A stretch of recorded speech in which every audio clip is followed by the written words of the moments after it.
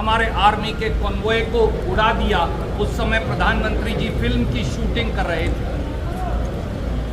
Nagrota army base पर, जो जम्मू कश्मीर के बिल्कुल सेंटर में है, एंट्री पॉइंट पर है, उग्रवादी आए और उन्होंने हमारे आर्मी बेस पर हमला किया। अमरनाथ यात्रा और रियासी के अंदर इसी प्रकार से हमला हुआ और हमारे निहत्थे अमरनाथ यात्रियों की बीजेपी की सरकार, मोदी सरकार में हत्या की गई।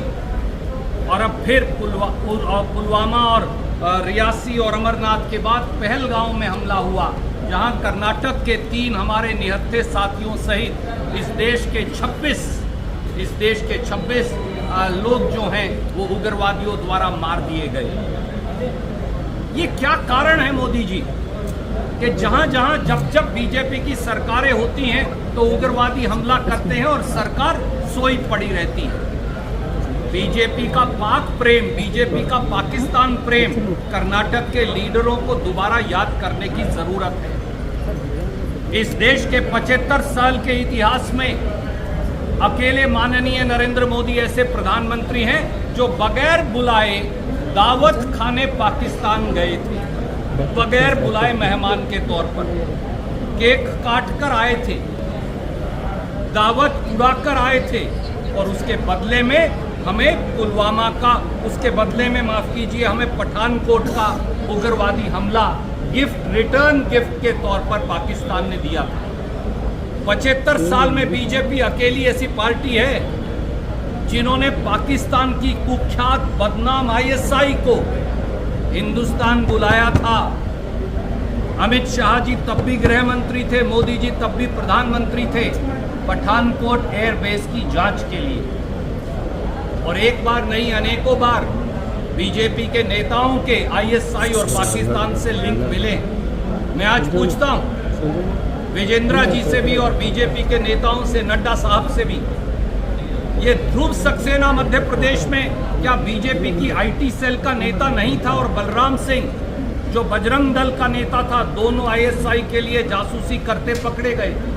क्या ये सही है या गलत है? बताइए, क्या ये सही है या गलत है कि प्रदीप कुरुलकर जो DRDO का साइंटिस्ट था और जासूसी करते ISI के लिए पकड़ा गया था, उसके RSS के साथ संबंध पाए गए थे? क्या ये सही नहीं कि जब बीजेपी की जम्मू कश्मीर में सरकार थी तो उन्होंने आसिफा अंद्राबी को बेटी बचाओ का चेहरा बनाया था और उसी आसिफा अंद्राबी ने पाकिस्तान जाकर मौलाना मसूद अजहर के साथ बैठकर हिंदुस्तान के खिलाफ जहर उगला था? ये बीजेपी के नेताओं से पाकिस्तान से लिंक कैसे पाए जाते हैं? दोस्तों, सच्ची बात यह है कि 26 हमारे लोगों की, निहत्थे लोगों की जो हत्या हुई है, उससे पूरा देश स्तब्ध है, उसकी आत्मा छलनी है। हमने सामने आकर कहा कि भारतीय राष्ट्रीय कांग्रेस सरकार के हर उस कदम का समर्थन करेगी जिससे आतंकवाद के नाक को कुचल दिया जाएगा। पर इसके बावजूद भी 3 बातें आज सामने आई। पहली बात, ऑल पार्टी मीटिंग को श्रीमान अमित शाह जी ने ये कहा कि जो बैसरन ग्राउंड्स है, बैसरन मेडो जिसे कहते हैं पहलगांव के ऊपर, वो जून में खुलनी थी, वो पहले खुल गई है, सुरक्षा चूक हो गई। पर पहलगांव के सब अधिकारी भारत सरकार के और टूर ऑपरेटर कहते हैं कि बैसरन ग्राउंड कभी पूरे साल बंद ही नहीं होता। तो अगर बैसरन ग्राउंड बंद नहीं होता तो हमारा पहला सवाल, क्या ये इंटेलिजेंस और सिक्योरिटी चूक नहीं है? दूसरा सवाल, अमित शाह जी ने, नरेंद्र मोदी जी ने बैसरन ग्राउंड में जब वहां हजारों पर्यटक जाते हैं तो वहां पर पुलिस सुरक्षा बल क्यों नहीं लगाए? तीसरा सवाल, पहलगांव में 3 टियर सिक्योरिटी है। एक टियर है आर्मी का, एक टियर है CRPF का और एक टियर है पुलिस का। इसके बावजूद भी 4 किलोमीटर ऊपर जब हजारों पर्यटक जा रहे हैं जो निहत्थे हैं, वहां आपने सिक्योरिटी क्यों नहीं लगाई? चौथा सवाल, नेशनल इन्वेस्टिगेशन एजेंसी NIA ने, यह अखबार में आपने छापा है, सुप्रीम कोर्ट में ये कहा है कि 21,000 करोड़ की जो ड्रग्स पकड़े गए गुजरात में, किसके पोर्ट से पकड़े गए ज़रूर पता करिएगा, उनका सीधा लिंक किससे है? पहलगाम के अटैक से है। तो ये जो उस पोर्ट का मालिक है गुजरात में, मोदी जी उसको कब बुलाएंगे तफ्तीश के लिए? छठा सवाल, पूरा जम्मू कश्मीर अब यूनियन टेरिटरी है, प्रांत नहीं है। जम्मू कश्मीर में दुनिया की सबसे बड़ी मिलिट्री कमांड है, 3.5 लाख फौजी वहां पर हैं। जम्मू कश्मीर में arm forces special power act लगा है। इन सब के बावजूद भी इतना बड़ा उग्रवादी हमला कैसे हो गया? अब जब बीजेपी के नेताओं के पास पूरे देश में इन 6 सवालों का कोई जवाब नहीं है, तो वो ऊल जलूल बातें करने पर उतर आए हैं। हमारा बीजेपी के लोगों से सीधा सवाल है। पहला सवाल, ये सारे उग्रवादी हमले आपकी नाक के नीचे हो रहे हैं। वो शुरू हुआ IC 814 से, वो गया पार्लियामेंट के अटैक पे, वो गया पठानकोट के अटैक पे, वो गया उरी के अटैक पे, वो गया पुलवामा के अटैक पे, वो गया नगरोटा के अटैक पे, और वो हुआ पहलगाम के अटैक पे। बीजेपी की सरकार, उसके प्रधानमंत्री और गृह मंत्री क्या कर रहे हैं? क्या वो इतने कमजोर हैं कि वो जम्मू कश्मीर के अंदर सुरक्षा देने में असफल है? और बीजेपी के इन लोगों के जो ISI और पाकिस्तान से लिंक पाए गए हैं, इसके बारे में क्या जवाब है?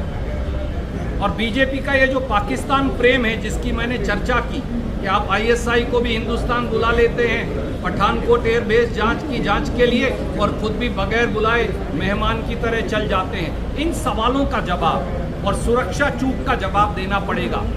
5 या 6 लोग भेजकर भोंडा प्रदर्शन करके किसी मुख्यमंत्री के खिलाफ 2 नारे लगाकर आप इस बात से पल्ला नहीं झाड़ सकते कि इस देश में सुरक्षा चूक और इंटेलिजेंस फेलियर के लिए बीजेपी की केंद्रीय सरकार जिम्मेवार है और उनके नेता जिम्मेवार हैं। अब हमारे प्रदेश कांग्रेस कमेटी के अध्यक्ष आदरणीय DK शिव कुमार जी आपको कुछ कहेंगे। मल्लिकार्जुन खड़गे राष्ट्रीय कांग्रेस अध्यक्ष और राहुल गांधी जी ने फौरन कांग्रेस की कार्य समिति बुलाई, और हमने कांग्रेस की कार्य समिति में साफ तौर से कहा कि उग्रवाद का सर कुचलिए। जिन लोगों ने पहलगाम में हमला किया है उनका सर कुचलिए। कांग्रेस पार्टी राजनीति छोड़कर सरकार के साथ है। पर मैं एक बात और कहना चाहता हूं, हमारी लड़ाई, हिंदुस्तान की लड़ाई उग्रवाद से, टेररिस्ट से है। ये लड़ाई पाकिस्तान से भी होगी अगर पाकिस्तान इसी प्रकार से उग्रवाद का समर्थन करेगा। उसकी शक्ल का सरकार फैसला कर लेगा, समर्थन करेगा। और ये लड़ाई हिंदुस्तान के नागरिकों की नहीं, ये लड़ाई धर्म की भी नहीं, ये लड़ाई हिंदू मुसलमान की नहीं है, ये लड़ाई हिंदुस्तान बनाम उग्रवाद की है। तो लोग इसे हिंदू बनाम मुसलमान की लड़ाई बनाना चाहते हैं, वो पाकिस्तान और उग्रवादियों के हाथ में खेल रहे हैं। वो किसी राजनीतिक दल के व्यक्ति भी हो सकते हैं, वो बुद्धि से भटके लोग भी हो सकते हैं, वो भावनाएं भड़काने वाले भी हो सकते हैं।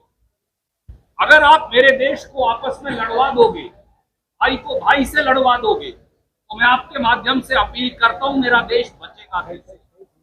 मेरा देश इकट्ठा है, संगठित है, तभी तो हम पाकिस्तान हो या कोई और उग्रवादी हो उसका जवाब दे सकते हैं। जिसका घर खुद लड़ता है वो दूसरे से नहीं लड़ पाएगा।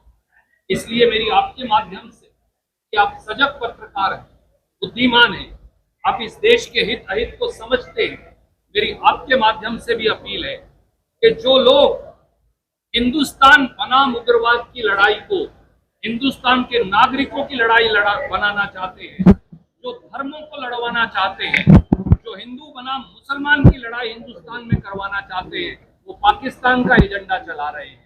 ये हिंदुस्तान का एजेंडा नहीं है, हमारा एजेंडा है। हम मजबूत हैं, थे और रहेंगे, और उग्रवाद का फन कुचल देंगे। धन्यवाद। पाकिस्तान के खिलाफ जो भी कार्रवाई होगी उसको आप सपोर्ट करेंगे? 3 बार में बेबुनियाद और बचकानी बातें हैं बीजेपी के नेताओं की।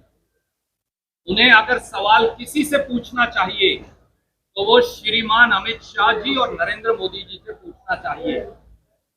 उन्हें पूछना चाहिए पहलगांव में 200 किलोमीटर अंदर उग्रवादी कैसे आ गए, जब पुलिस आपके हाथ में, सीआरपीएफ आपके हाथ में, मिलिट्री आपके हाथ में, सबसे बड़ी मिलिट्री कमांड आपके हाथ में, यूनियन टेरिटरी में राज आपका चलता है, कैसे आए? क्या ये इंटेलिजेंस फेलियर नहीं? वो हथियार कहां से लेकर आए? आपने वैसरन मेडो के अंदर किसी को लगाया क्यों नहीं, पुलिस और सिक्योरिटी फोर्स को? अगर महाराष्ट्र तक, कर्नाटक तक ये पता था वैसरन मेडो खुल गई है तो हमारे 3 लोग मरे, उन्हें तो मालूम था। तो दिल्ली की सरकार को और जम्मू कश्मीर की सरकार को, जहां उनकी रिट चलती है, उन्हें क्यों नहीं पता चल रहा? क्या वो आंखें बंद करे बैठे हैं, ऐसा शासन चला रहे हैं? ये सवाल उनसे पूछे जाने वाले।